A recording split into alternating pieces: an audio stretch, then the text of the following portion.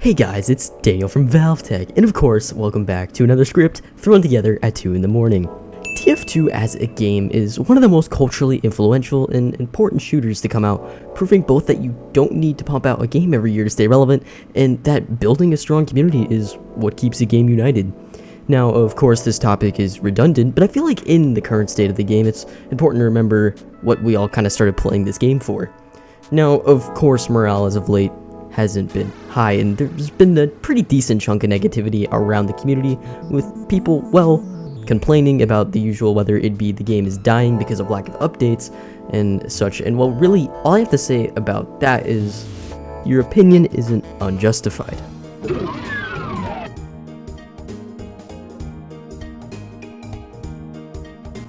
Now, even though I don't completely agree with both sides, I think the perspective that nobody cares about this game anymore, including Valve themselves, is kind of a silly one. It would be kind of weird for me to ignore that, at least to some extent, and I'll quote this comment from German Peter, pushing the term active updates, and albeit that is something I completely agree with. From a developer side, communication is not a strong characteristic, and is an extremely important component in general, besides even announcing when or if new things are coming in the works.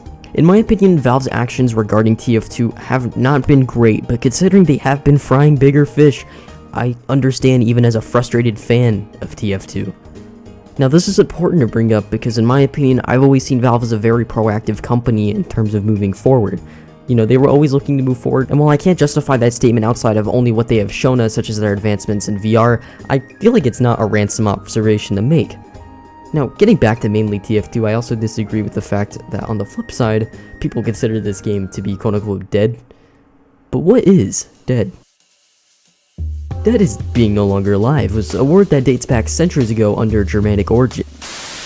Look, anyhow, my point is that I think we are kind of wrongly identifying what is dead and what is not. So let me readdress what I said earlier about what TF2 has proven. Proving both that you don't need to pump out a game every year to stay relevant, and that building a strong community is what keeps a game united.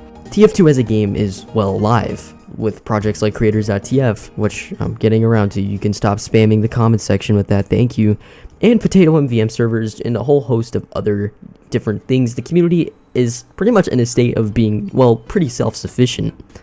Rather, the support from Valve is what is currently dead at the moment. Now, of course, you could argue that patch updates and housekeeping manners are being maintained, that in some way that doesn't mean support for the game is dead, and well, that's also a fair point, but the truth of the matter is that Valve's usual support for the game is dead, not the game. And I think people are stepping to conclusions too quickly to say, just because the developer support for the game has stopped, so will the game's community. Go look up TF2 on YouTube and just look at the views on any of the videos you see in the top. Go to the Steam Community Workshop and you'll see tons of submissions for new maps, cosmetics, and war paints. Literally visit r/TF2 and see what's going on. Whoa. Okay, this is Daniel's editor here, also Daniel, and I hereby say on his behalf that r/TF2 is not the best representation of the TF2 community, but rather just kind of a shitpost dump site where you can collect subpar memes and post them to your friends in your Discord. That is all. Now back to the video.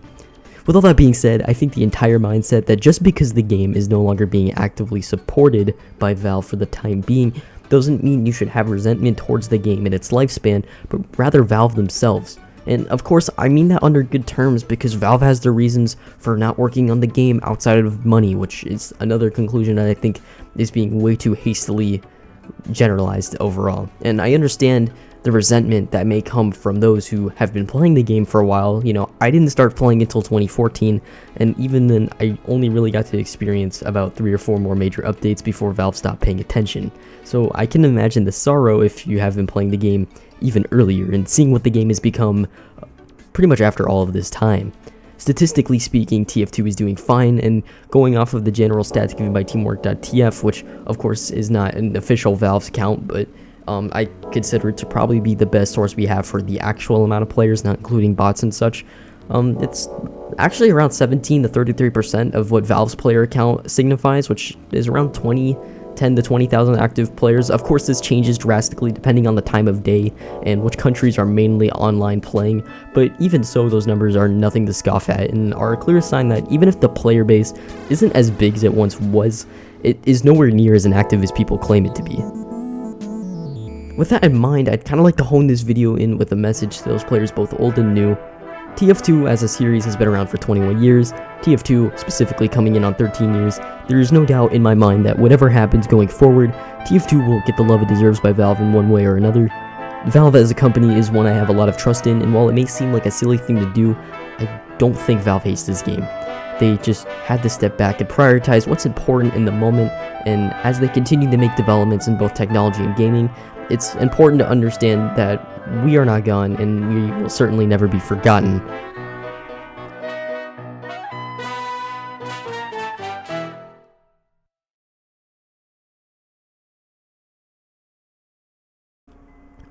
Of course, this whole debate is, kind of back and forth. Both sides sort of have their reasons for why they are, upset, at least in terms of TF2. There's really no right side to pick here, because if you're on Valve's side, you gotta understand that even though they're not working on TF2, it doesn't mean they don't like the game or care about it anymore. It's just they have other things going on, just specifically besides supporting TF2 all the time.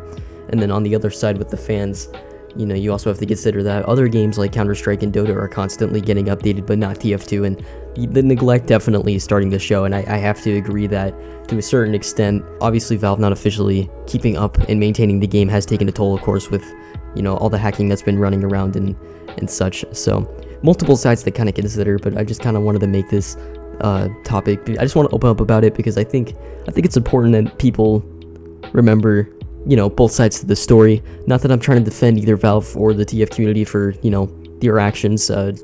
I'm simply just kind of stating my opinion and giving a kind of a retrospective from both sides. Obviously, I don't have a central opinion on either side, just because there's not really any conclusive evidence I can provide for both sides. However, I just thought it would be kind of an interesting thing to talk about.